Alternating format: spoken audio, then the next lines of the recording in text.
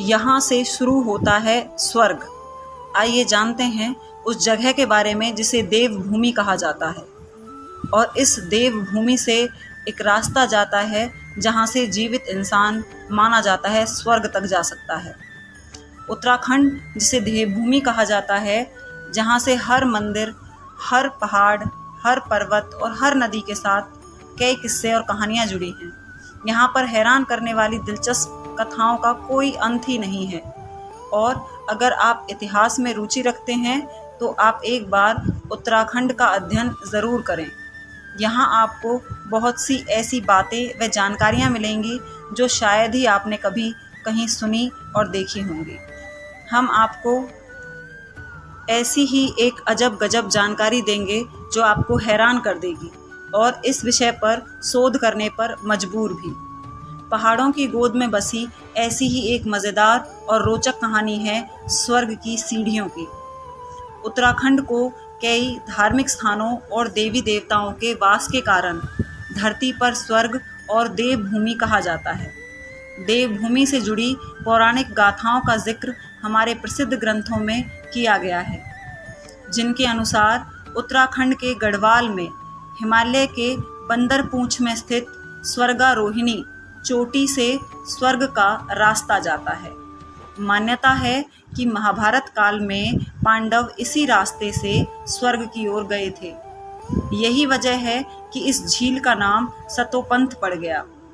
इसके अलावा यह भी बताया जाता है कि कुरुक्षेत्र के युद्ध के बाद पांचों पांडव भाइयों ने अपनी पत्नी द्रौपदी के साथ संन्यास ले लिया और महल और राज्य को छोड़ दिया और तपस्या के लिए निकल पड़े।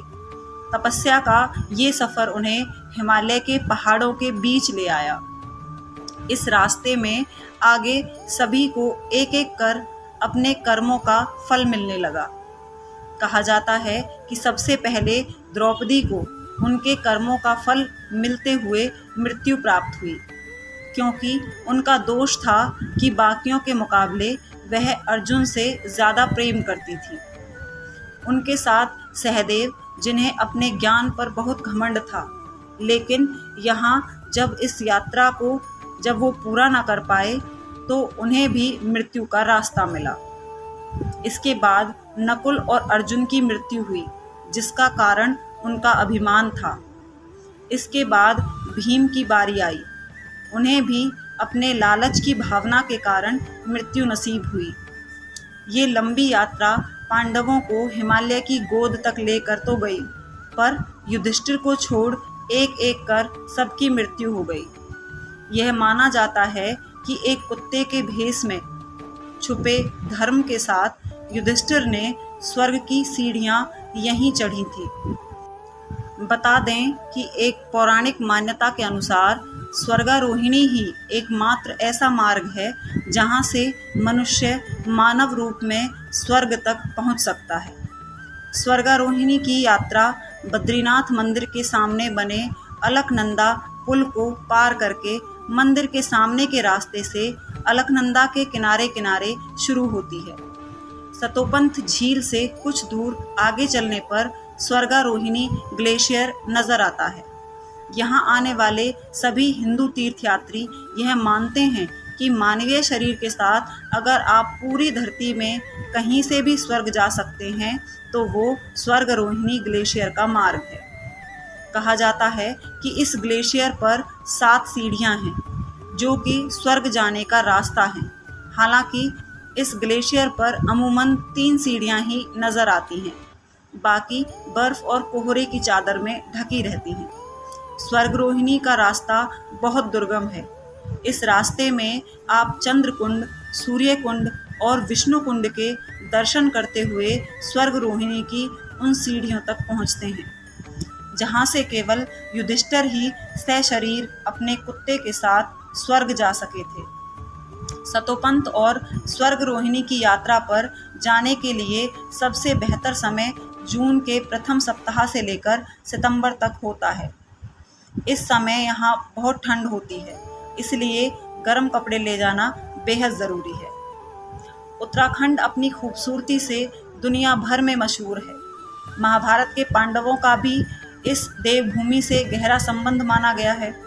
कहा जाता है कि पांडवों ने उत्तराखंड की भूमि पर ही अपना अज्ञातवास बिताया था।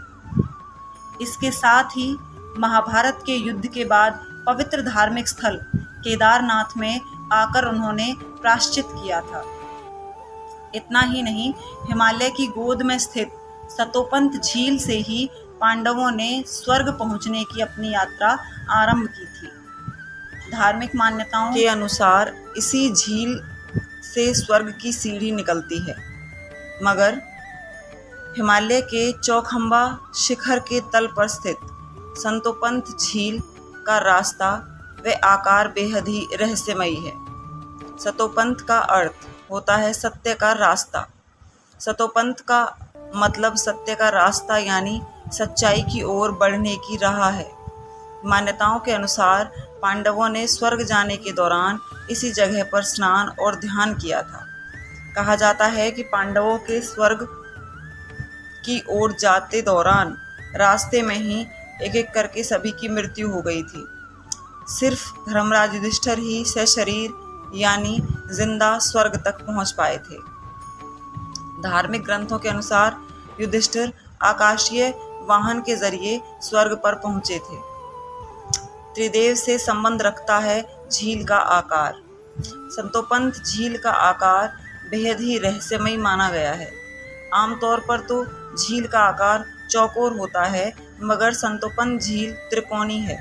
कहा जाता है कि एकादशी के दिन त्रिदेव यानी ब्रह्मा, विष्णु और महेश ने इस झील के तीनों कोनों में डुबकी लगाई थी, इसीलिए ही यह चौकोर ना होकर त्रिकोण आकार में है। इसके साथ अन्य मान्यता के अनुसार जब तक इस झील की स्वच्छता रहेगी तब तक ही इसका पुण्य प्रभाव बना रहेगा। निकलती हैं स्वर्ग की सीढ़ी। मान्यताओं के अनुसार इस रहस्यमयी झील से कुछ दूरी पर स्वर्गारोहिणी ग्लेशियर दिखाई देता है और ये माना जाता है कि यहीं स्वर्ग जाने का रास्ता है। इस ग्लेशियर पर 7 सीढ़ियां हैं जो सीधे स्वर्ग की ओर जाती हैं, मगर इनमें से सिर्फ 3 सीढ़ियां ही दिखाई देती हैं और इनमें बाकी 4 सीढ़ियां बर्फ से ढकी रहती हैं। तो आपको इस झील के बारे में जानकर और इस ग्लेशियर के बारे में जानकर कैसा लगा, और क्या आप गए हैं कभी यहाँ देखने के लिए, तो वो भी कमेंट करके ज़रूर बताइए। Thanks for watching and please like and subscribe the channel. Thank you.